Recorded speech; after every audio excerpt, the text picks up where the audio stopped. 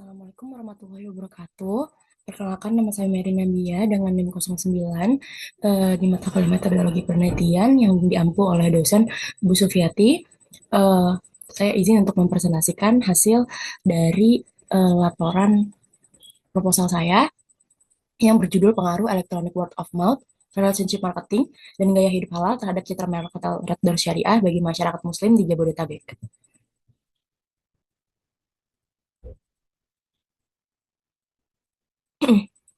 Oke, adapun hal-hal yang akan kita bicarakan di sini meliputi bab satu pendahuluan, bab 2 landasan teori, dan bab 3 metodologi penelitian. Oke, dimulai dari latar belakang, ini ada 4 pencetus mengapa judul ini ada gitu ya. Yang pertama itu mengenai pentingnya citra merek untuk hotel syariah.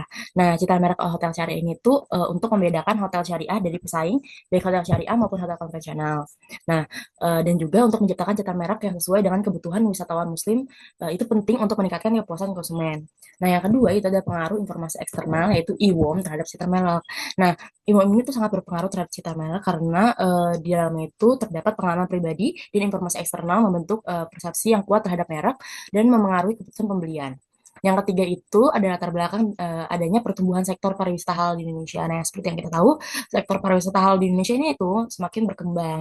Maka dari itu Indonesia juga menunjukkan komitmen dalam mengembangkan fasilitas dan layanan bagi wisatawan Muslim. Nah, selanjutnya itu ada data industri perhotelan di Jabodetabek. Nah, di sini data BPS ini menunjukkan peningkatan signifikan ya dalam tingkat penghunian kamar hotel berbintang di Jabodetabek dari 2021 hingga 2023. Nah, tingkat penghunian kamar ini itu tertinggi tercatat di DKI Jakarta tentunya diikuti oleh Banten dan Jawa Barat. Nah, maka dari itu makanya fokus penelitian ini tuh mengambil orang-orangnya yang ada di Jabodetabek kayak gitu. Nah, lalu ada rumusan masalahnya, ada 4 rumusan masalah. Yang pertama, apakah electronic word of mouth itu berpengaruh signifikan terhadap citra merek hotel syariah di kalangan masyarakat muslim Jabodetabek?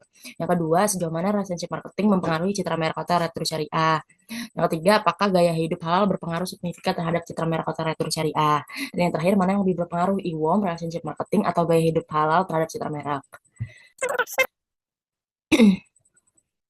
Kayak mungkin itu. Nah, sekarang kita ada di gap analyze gitu ya, novelty dan juga tujuan dan serta manfaat penelitian. Nah, gap analyze ini yang pertama itu penelitian sebelumnya lebih banyak fokus pada e-worm. Mohon maaf ini.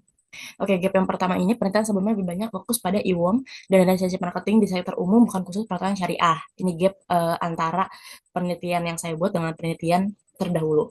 Lalu yang kedua ada minimnya kajian yang mengintegrasikan gaya hidup halal dalam membentuk citra merek hotel syariah. Yang keempat, kurang penelitian yang mengkaji masyarakat muslim di wilayah Jabodetabek secara spesifik.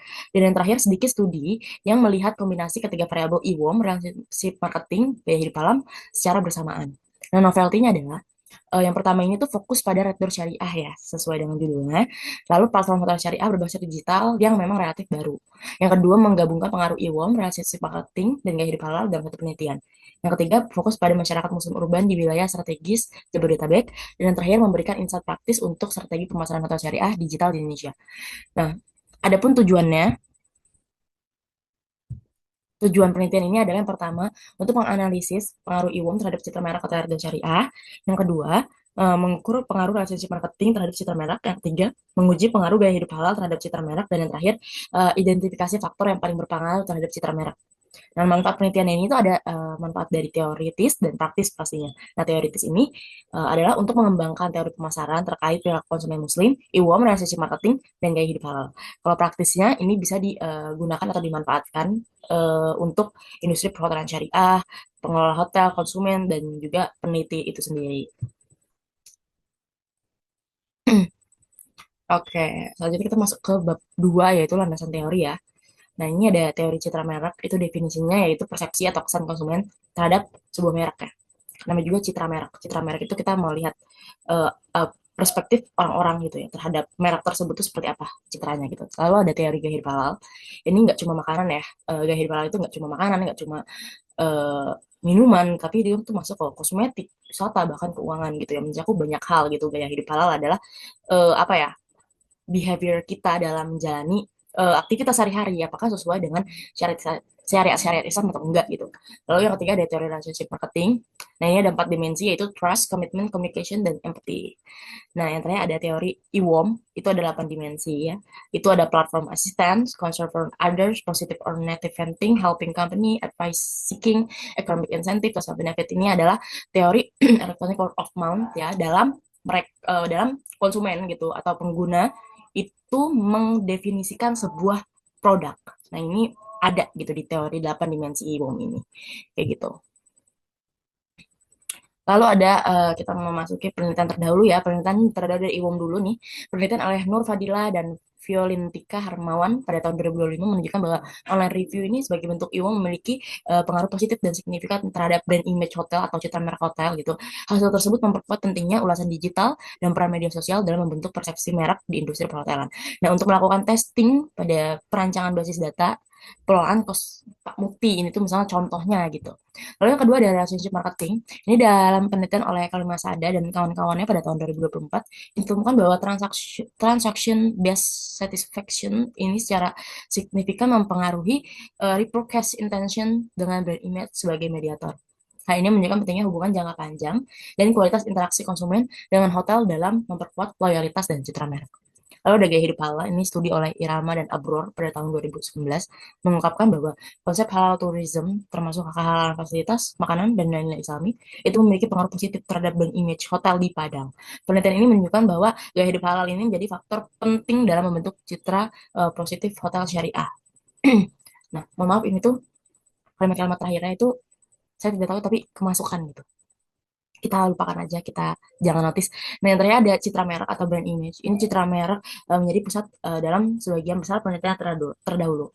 Misalnya dalam penelitian Swarta pada tahun 2022 tentang hotel Sofyan Cut Metia Jakarta di Tebet ya, ditemukan bahwa elemen brand image ini seperti keamanan, makanan halal, dan penempatan standar syariah berhasil membangun citra merek yang kuat untuk menjangkau segmen pasar yang lebih luas lagi, kayak gitu. Oke, kita masuk ke bab 3 tentang metodologi penelitian. Ini ada definisi operasional dan pengukuran. Di sini variabel dependen atau YSA itu ya udah pasti citra merek. Indikatornya itu ada tentang persepsi kualitas, pengaruh terhadap keputusan, citra positif, kepercayaan, dan preferensi merek. Lalu variabel independen SCA itu meliputi IWOM, itu ada X pertama, eh, indikatornya itu intensitas ulasan, kepercayaan, pengaruh, sumber info, sikap pelanggan. Lalu dari relationship marketing, X yang kedua, itu indikatornya kepercayaan, komunikasi, loyalitas, kepuasan, komitmen. Lalu gaya hidup halal, X yang ketiga, indikatornya kesadaran, preferensi halal, penerapan nilai halal, kepercayaan sertifikasi. Lalu skala pengukuran itu skala Likert dari 1 sampai 5, kayak sangat tidak puas sampai dengan sangat puas, kayak gitu. Atau sebaliknya gitu. Lalu ada populasi dan sampel. Populasi ini saya ambil bagi masyarakat muslim di Jabodetabek yang pastinya udah menggunakan alternatif syariah dan yang pastinya eh, banyak ya, cukup banyak orang-orang yang memakai hotel di syariah dibuktikan oleh pencari saya pada laman website gitu. Lalu ada yang kedua ada sampel, ini ditentukan melalui teknik survei dan juga kuesioner.